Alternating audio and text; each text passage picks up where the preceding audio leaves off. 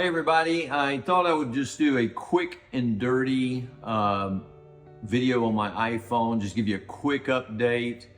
Sometimes the video is a little bit easier to watch. I actually got out, I forgot to take this off, got out of the hospital today, just lab work, and then they had an IV in my arm, and I've got this vein that's all jacked up, and warm compresses. They say that'll get better. Got to elevate my arm a little bit. But the last week, I actually was in the hospital and I had an antibiotic allergic reaction, and I almost looked like I had been dipped down into a deep fryer. I mean, I looked like a freak. I was completely rashed, head to toe, face, ears, the whole bit. And then I put this Vaseline stuff on me, which is a steroid, and then that helped it clear up. And it's actually almost completely gone relatively fast. The good news is that that rash had no pain, no burning, no itching, that kind of thing. By the way, the drug, in case you have interest in that, is Bactrim. It's an antibiotic. So my low blood cells, white blood cells are very, very low. My red blood cells are very, very low also, which kind of kills your energy. But what's been interesting is with low energy, you don't really feel bad. You just don't, I don't know, you just don't feel motivated to get up here and work out. So I'm kind of pushing through that. I have learned that it's important to kind of make a list and have a task list and a chore list, and this is my exercise program I want to go through today and make sure I go through all these things. Otherwise, you just don't feel strong enough to finish. So far I'm pushing through that and kind of making that. And I will tell you this, that even though you don't feel like working out, after I do that, 1,000% better, just 1,000% better.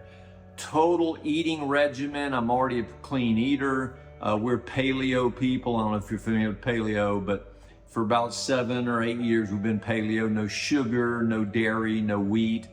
So tweaking our eating program to a little more clean, bone marrow, broths.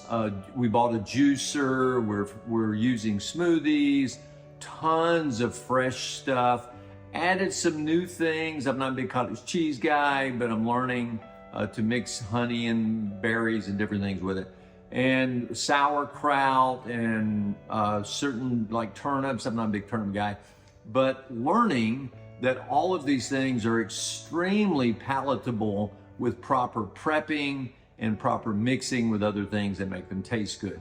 The reason those things are important is with cancer, probiotics, and building that immune system and building the white blood count. All of these foods do that. I was into essential oils, but during treatment, I cannot do that. So my treatment, let me talk real quick. 5 days in a row, I had a chemo called cladribine, or cladribine, some people call it. And it was just an IV for 5 days, no big deal. Have had no side effects from the chemo at all, other than it's killing my blood cells and kind of, and now my immune system right now is pretty much 0. And actually it's 0.4, it should be like 400. It's not even a 1.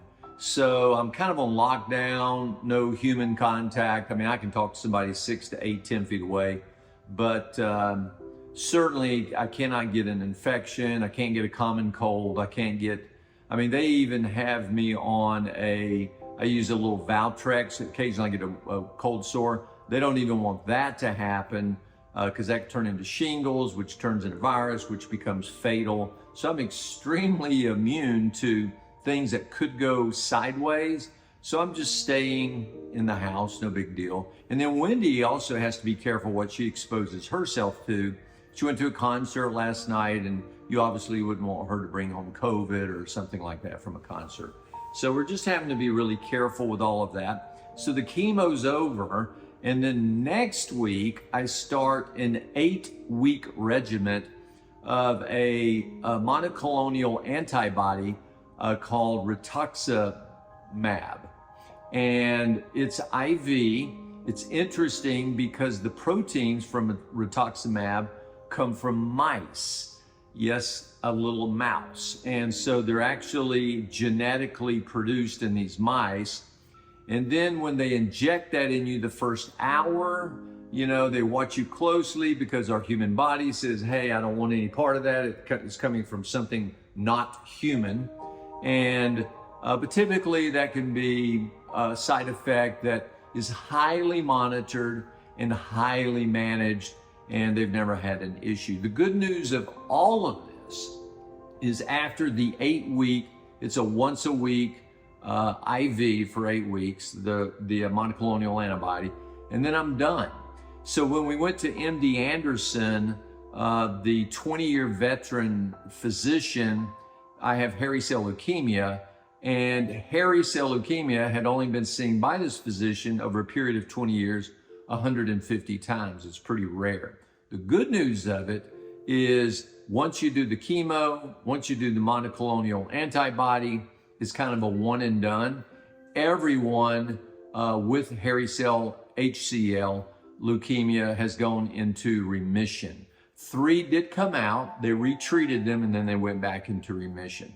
So the statistics are very good. The kind of scary part of it all is I really will not know the total outcome until October. That's the real test of tests. They do a bone marrow, because this is a leukemia in the bone marrow. It was 90% cancer. So they will do a bone marrow biopsy, check it, and then hopefully by October, all the leukemia is gone, and then all of my bone marrow product is healthy and no sign of HCL. So things honestly have been great. It's kind of a hassle right now. I'm checking my blood twice a week, and then as I said, I'll go in once a week for that IV, and I'm assuming they'll probably continue checking my blood. So I feel like one of those old sick people that are always at the doctor. But honestly, it's not that bad. I'm working out, I can be outside, I can do some chores. They don't want me in the sun or any big time sweating just yet. So we'll see. I did have like an ant bite and it bled. I've never had an ant bite bleed. So, you just can't get stung, or, you just have to be careful. Other than that, doing great, feel great. The rash, that was because I've never taken medication, so I didn't know what I was allergic to. Now I have one on my, when they ask you, tell me the drugs that you're allergic to, I have one now. Or the family of that drug. So I can't fool with any of those drugs. So thank you for praying for me. Things are going great. I actually feel great, and I have to push a little bit for energy. But other than that, I think we all have to push for energy a little bit every day.